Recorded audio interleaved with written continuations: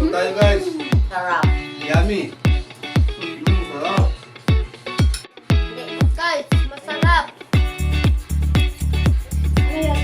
Guys, napakasarap ng tumbikol. Masiram na ulam ba gusto mo? Masiram sa Bicol, ibig sabihin guys masarap, kaya naman guys tayo na at panoorin kung paano natin gawin ang kinunot na tambakol. Una nating gawin ay magpainit ng mantika sa kawali, mas maganda po kung ang gamitin nating kawali ay non-sticky, para po hindi dumkit ang ating pipretuhing tambakol. Tandaan, ito po ay ipipreto lang natin ng bahagya, huwag po masyado tustahin, hindi po maganda pag tustado ang ating isda, ito po ay matigas at hindi gaanong mag-a-absorb ang gata pag sakali na ito ay tustado. Ang kinunot nga pala guys ay isang original na menu ng mga Bicolano, ito ay madalas na ginagawa sa isang pateng, ng panahon na hindi pa pinagbabawal hulihin ang pateng, panahon na hindi pa napapabilang sa endangered kaya ngayon guys gagawin natin ito sa tambako, at ang nasabing isda ay madaling bilhin sa palengke, at wala tayong nilalabag na batas.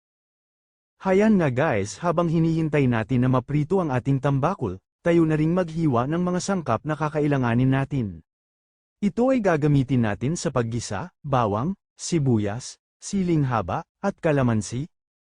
Pwede rin kayo gumamit ng suka dito para sa konting asim pero guys mas masarap ang asim ng kalamansi para dito at mas masarap kung lumilitaw ang konting asim sigurado ako guys na mapaparami ang kanin nyo dito.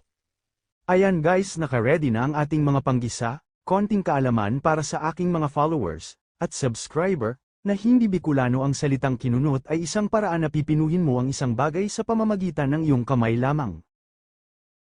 Kagaya nga po ng inyong nakikita, kasabay nga po niyan ay atin na ring tatanggalin ang mga tinik ng isda, nang sa gayon ay wala nang balakid sa ating pagkain, kunot-kunotin lang po hanggang sa mapino.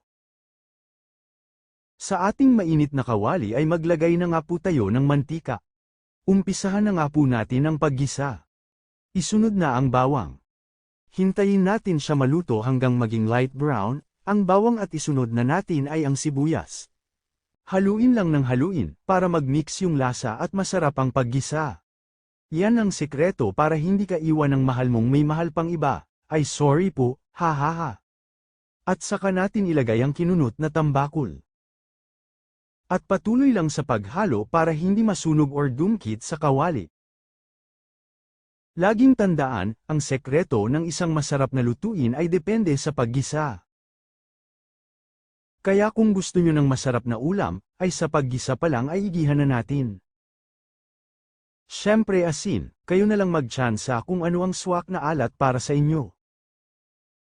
Sunod na nating ilagay ang siling haba or green. Syempre ang hindi pwedeng mawala sa mga Bicolano, ang siling labuyo. Lagyan na din natin ng pamientang crack. Pero optional lang ito, depende na lang sa inyo kung gusto nyo ng maanghang, para sa amin kasi mas maanghang mas masarap. Lagyan natin ng asin, deep end sa inyo kung gaano karami at deep end sa panlasa nyo guys. At vetsin para sa pangbalanse ng lasa. Parang pagmamahal lang yan dapat marunong kang magbalanse, kapag ayaw na sayo bahala ka dyan sorry na wag ka na magalit.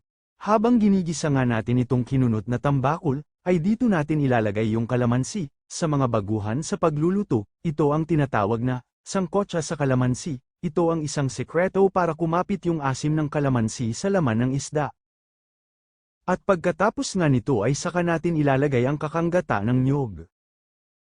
Ito ay nabili natin sa palengke ng halagang 40 pesos, purong gata ito at hindi ko na sinama yung pangalawang gata. Ayan na po, hintayin lang natin na matuyo ito ng konti, at nang maluto ng gusto yung gata at kumapit na rin ang lasa sa isda.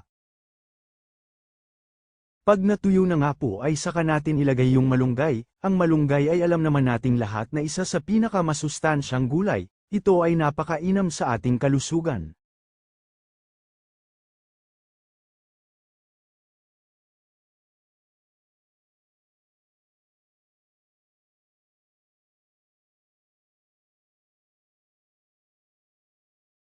Matapos nga nating ilagay ang malunggay ay takpan po natin ng mga 2 minuto lang.